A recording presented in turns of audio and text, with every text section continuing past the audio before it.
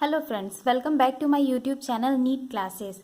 जैसा कि आप देख रहे हैं, टॉपिक है हमारा आज का काइनेमेटिक्स मोशन इन 1D। तो आज इसमें हम आपको छोटे छोटे टिप्स एंड ट्रिक्स देंगे जिससे कि आपको इस चैप्टर को सॉल्व करने में काफ़ी आसानी हो। तो आइए देखते हैं इसमें क्या होता है। Motion in 1D। Motion in 1D मतलब कि किसी पार्टिकल या कोई ऑब्जेक्ट जो होता है वो या तो मतलब किसी एक ही कोऑर्डिनेट में मूव करे, या तो एक्स एक्सिस में, या तो वाई एक्सिस में, या फिर जेड एक्सिस में। मतलब वो किसी एक ही एक्सिस में मूव करे तो उसे हम कहते हैं मोशन इन 1D। ठीक है, ये कोई ऑब्जेक्ट है। ओके, तो अब हम आज का हमारा टॉपिक है डिस्टेंस एंड डिस्प्लेसमेंट। तो हम डिस्टेंस एंड डिस्प्लेसमेंट के कुछ क्वेश्चंस भी देखेंगे। आप लास्ट तक वीडियो ज़रूर देखिएगा। एंड अभी हम स्टार्ट करते हैं डिस्टेंस एंड डिस्प्लेसमेंट में डिफरेंस देखना। तो डिस्टेंस, जैसा कि हम जानते हैं डिस्टेंस क्या होता है। Distance means length of path.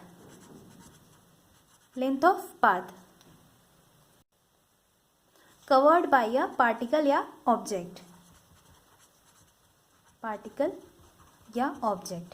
मतलब कोई भी पार्टिकल या ऑब्जेक्ट जितना पाथ कवर करता है, इसमें की पॉइंट हमें क्या याद रखना है, जितना पाथ वो कवर करता है उसे हम बोलते हैं डिस्टेंस। ओके, मतलब कि कोई ऑब्जेक्ट ए से बी तक पहुंचता है तो वो किस पाथ से होकर जाता है और उसका पाथ का जो लेंथ है, लेंथ ऑफ पाथ जो है वो डिस्टेंस कहलाता है। इसमें हमें किसी भी तरह के डायरेक्शन की जरूरत नहीं पड़ती क्योंकि ये एक स्केलर क्वांटिटी, डिस्टेंस क्या है, एक स्केलर क्वांटिटी है।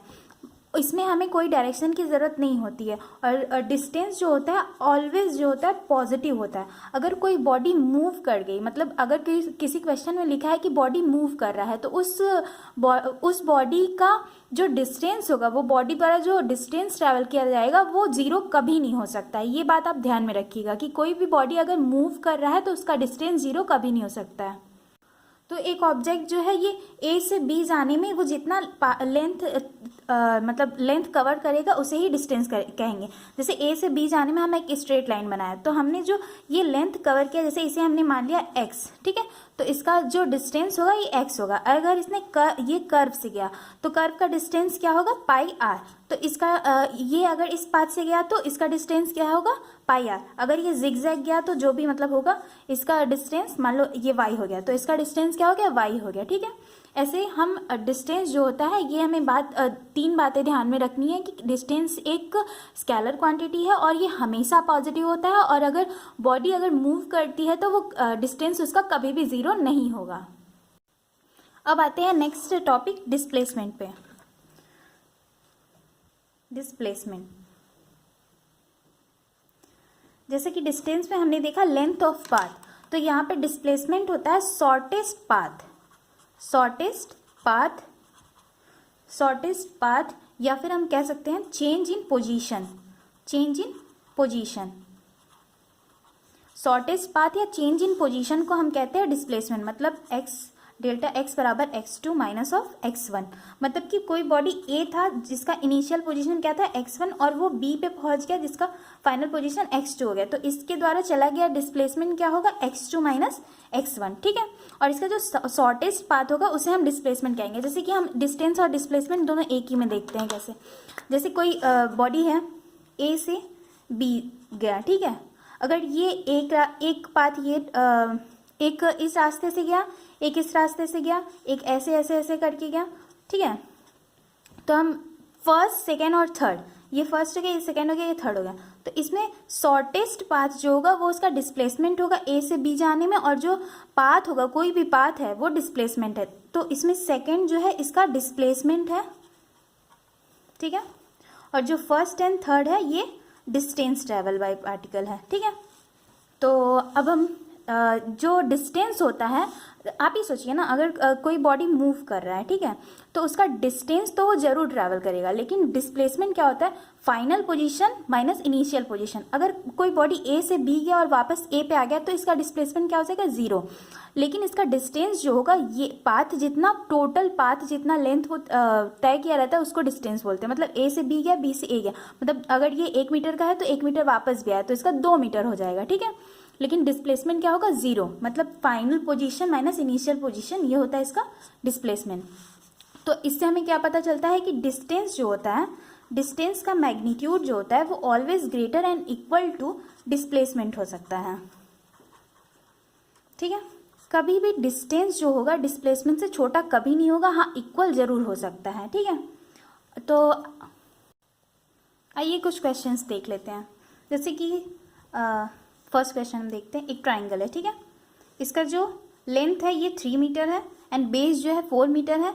तो इसमें हमने पूछा है ये ए पॉइंट है, ये बी पॉइंट है। ठीक है, नहीं ये बी पॉइंट है, ये सी पॉइंट है। ठीक है, तो हमने इसमें पूछा है कि ए टू सी, किसी पार्टिकल को ए से सी जाने में, ए टू सी जाने में कितना डिस्टेंस ट्रेवल करना पड़ा है एंड कितना डिस्प्लेसमेंट ट्रेवल करना पड़ा है।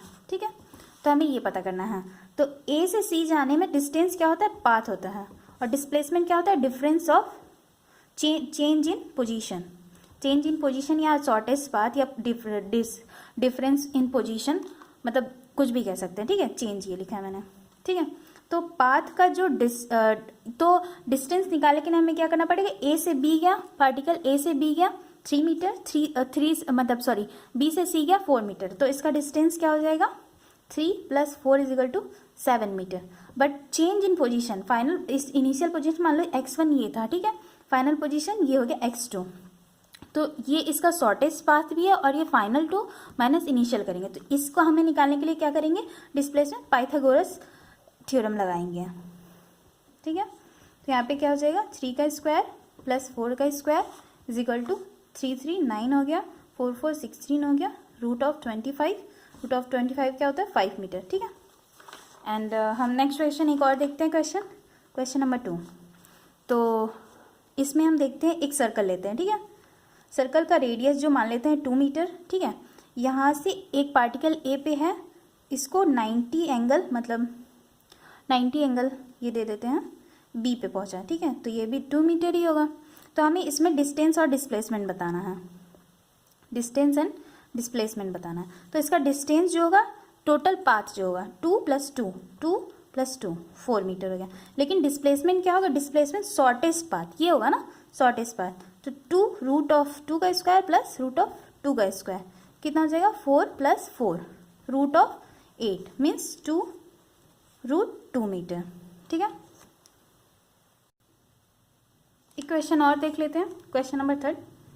इसमें एक सर्कल हम वापस से लेते हैं, पॉइंट ए पे एक पार्टिकल है। ठीक है, इसका जो रेडियस है वो भी अभी भी 2 मीटर लेते हैं। ठीक है, वो अब एंगल उसका चेंज हो गया, पहले में क्या था 90 एंगल, अब यहाँ पे क्या है 120 डिग्री से चल के बी पे पहुंच गया। ठीक है, तो अब इसका हमें डिस्टेंस एंड डिस्प्लेसमेंट बताना है। क्या बताना है, डिस्टेंस एंड डिस्प्लेसमेंट।